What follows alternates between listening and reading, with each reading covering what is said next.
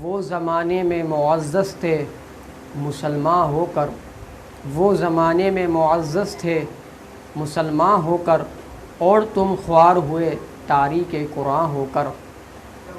وہ زمانے میں معزز تھے مسلمان ہو کر، اور تم خوار ہوئے تاریک قرآن ہو کر۔ آفاق کے ہر ہر گوشے میں قرآن سنا کر دم لینا، آفاق کے ہر ہر گوشے میں قرآن سنا کر دم لینا۔ اب رکنا نہیں، اب تھمنا نہیں، فردوس میں جا کر دم لینا۔ محترم ناظرین، یہ ہماری ہفتہ وار نشست ہے درس قرآن کی، اور انشاءاللہ تبارک و تعالی ہماری یہ ہفتہ وار جو ہے اسی یوٹیوب چینل پر درس قرآن کی نشست ہوا کرے گی۔ ہفتہ وار درس قرآن کا سلسلہ ہم نے شروع کیا ہے، اور شروع کی کچھ نشستیں ہماری جو ہے قرآن مجید کی عظمت، قرآن مجید کے پڑھنے کے فضائل، قرآن مجید کا تعارف کے حوالے سے ہوں گی۔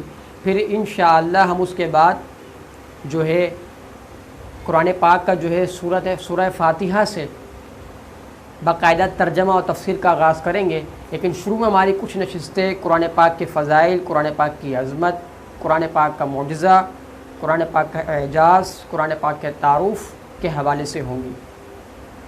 آپ کے سامنے میں نے شروع میں سورہ حشر کی آیت نمبر 21 پڑھنے کا شرف حاصل کیا کہ اللہ تبارک و تعالی ارشاد فرماتا ہے، لو انزلنا هذا القرآن على جبل لرأيته خاشعا متصدعا من خشیۃ اللہ۔ اگر ہم یہ قرآن کسی پہاڑ پر اتارتے، اگر ہم یہ قرآن کسی پہاڑ پر اتارتے تو ضرور تو اسے دیکھتا جھکا ہوا پاش پاش ہوتا اللہ کے خوف سے۔ محترم ناظرین، توجہ فرمائیں کہ قرآن پاک کتنی عظمت والی کتاب ہے، اور یہ اللہ تبارک و تعالیٰ کا کلام ہے جو اس نے اپنے محبوب صلی اللہ تعالیٰ علیہ وسلم سے فرمایا۔ نبی کریم صلی اللہ تعالیٰ علیہ وسلم 40 برس کے ہوئے تو آپ نے اعلان نبوت فرمایا، اور غار حرا میں قرآن پاک کا باقاعدہ سورہ علق سے آغاز ہوا، اقرأ بسم ربک الذی خلق سے، اور قرآن پاک کی یہ نزول کے اعتبار سے سب سے پہلی صورت ہے سورہ علق، اور قرآن پاک کی نزول کے اعتبار سے سب سے آخری صورت سورہ نصر ہے، اذا جاء نصر اللہ والفتح۔ تو محترم ناظرین، توجہ فرمائیں کہ اللہ تبارک و تعالیٰ فرماتا ہے اگر ہم یہ قرآن کسی پہاڑ پر اتارتے، لو انزلنا هذا القرآن على جبل لرأيته خاشعا متصدعا من خشیۃ اللہ، تو ضرور تو اسے دیکھتا جھکا ہوا پاش پاش ہوتا اللہ کے خوف سے۔ یعنی پہاڑ کتنا مضبوط ہوتا ہے۔ جب اللہ تبارک و تعالیٰ نے دنیا پیدا فرمائی، زمین و آسمان پیدا فرمائے، تو زمین جب اللہ تبارک و تعالیٰ نے پیدا فرمائی تو زمین جو ہے حرکت کر رہی تھی، اس میں جو ہے حرکت پیدا ہوئی تھی، تو اس کو ساکن رہنے کے لیے، اس کو ساکن کرنے کے لیے اللہ تبارک و تعالیٰ نے پہاڑ کو پیدا فرمایا کہ زمین جو ہے اپنی حرکت ختم کر دے اور ساکن ہو جائے۔ تو اللہ تبارک و تعالیٰ نے زمین پر پہاڑ بچھا دیے تو زمین تھم گئی، ساکن ہو گئی۔ یعنی پہاڑ اتنا مضبوط ہے کہ زمین کی حرکت کو روکنے کے لیے اللہ تبارک و تعالیٰ نے پہاڑ کو پیدا کیا، اور پہاڑوں نے زمین کی حرکت کو روک دیا۔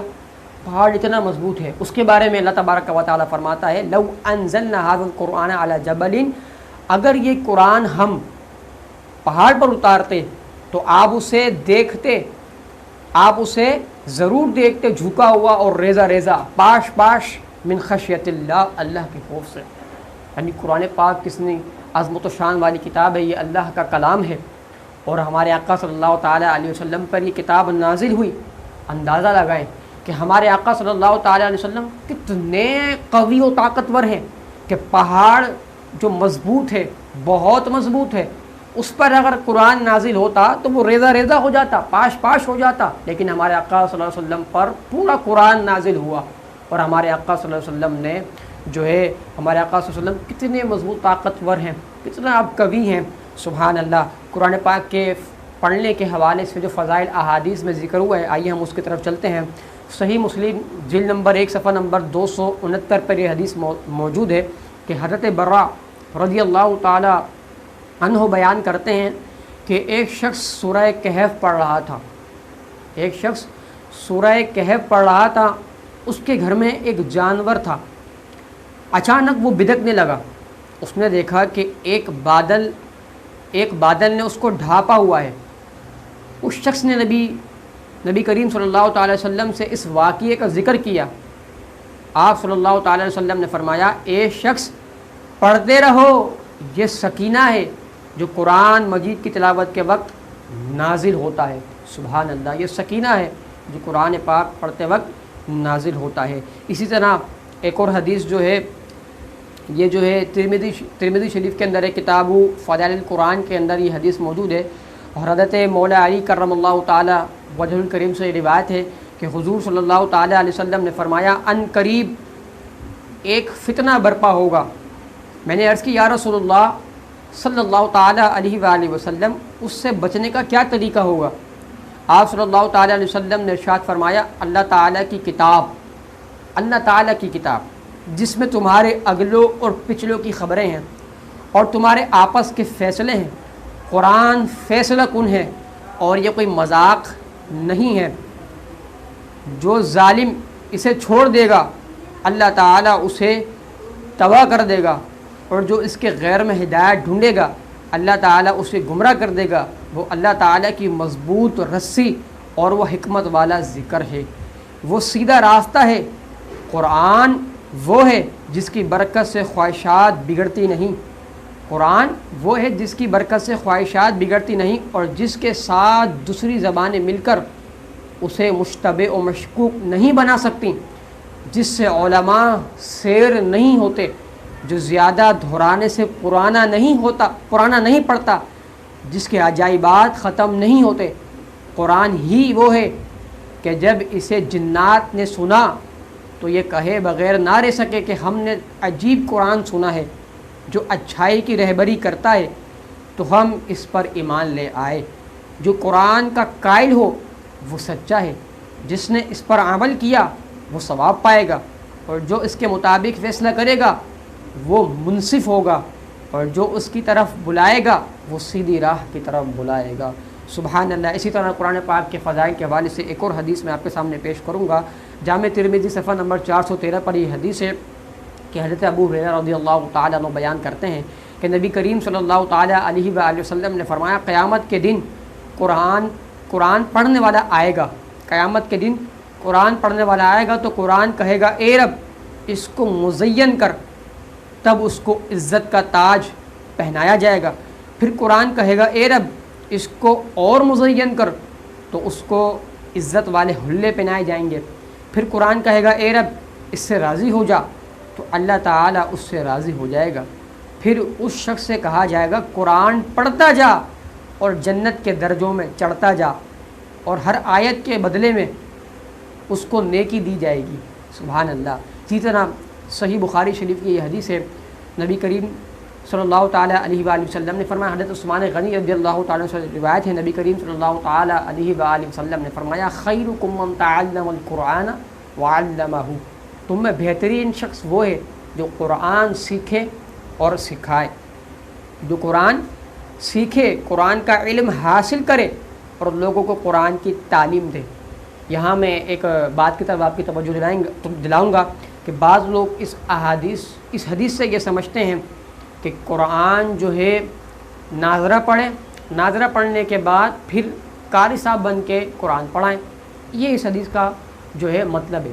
لیکن یہ بات تو اس حدیث کے تحت آتی ہے کہ قرآن ناظرہ پڑھنے کے بعد ناظرہ پڑھانا، لیکن یہاں مطلب جو ہے وہ یہ ہے کہ قرآن کا علم حاصل کرے، قرآن کو سیکھے، قرآن کا ترجمہ جانے، قرآن کی تفسیر جانے، قرآن کا علم حاصل کرے۔ یہاں یہ ہے کہ قرآن کا علم حاصل کرے اور لوگوں کو قرآن کریم کی تعلیم دے۔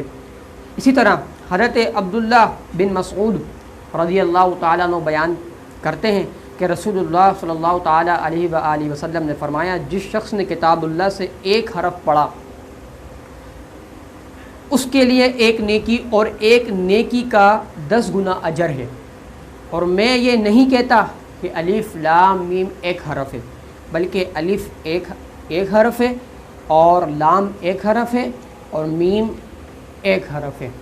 محترم ناظرین، انشاءاللہ پھر آپ سے ہماری اگلی درس قرآن کی نشست میں ملاقات ہوگی اور اس کے اندر ہم آپ کے سامنے پیش کریں گے قرآن پاک کے سے کتنی آیتیں جو ہیں قرآن پاک کے اندر احکام کے حوالے سے ہیں، قرآن پاک کے اندر کتنی آیتیں جو ہے محکم، قرآن پاک کی آیت کی کتنی قسمیں ہیں، قرآن پاک کا تعارف آپ کے سامنے اور پیش کیا جائے گا۔ قرآن مجید جو ہے یہ وحی ہے اللہ تبارک و تعالیٰ نے جو اپنے محبوب صلی اللہ علیہ وسلم کی طرف کی، یہ قرآن پاک جو ہے یہ وحی ہے، اس کو جو ہے وحی مطلوع کہا جاتا ہے۔ وحی کی دو قسمیں ہیں، وحی مطلوع اور وحی غیر مطلوع، وحی جلی اور وحی خفی۔ وحی مطلوع وحی جلی قرآن مجید ہے، اور وحی غیر مطلوع یعنی جو تلاوت نہیں کی جاتی، اور وحی خفی یہ احادیث ہیں۔ یہاں میں آخر میں اپنی بیان کا اختتام حضور داتا گنج بخش علی حجویری رحمۃ اللہ علیہ کے اس قول پر کروں گا کہ آپ فرماتے ہیں جس شخص کو قرآن پڑھ کر راتوں کو اٹھ کر قرآن پڑھ کر رونا نہیں آتا تو پھر وہ اپنے مقدر پر روئے۔ آخر میں اپنے بیان کا اختتام علامہ اقبال کے شعر پہ کروں گا، وہ زمانے میں معزز تھے مسلمان ہو کر، وہ زمانے میں معزز تھے مسلمان ہو کر، اور تم خوار ہوئے تاریک قرآن ہو کر، وما علیہ الا البلاغ المبین۔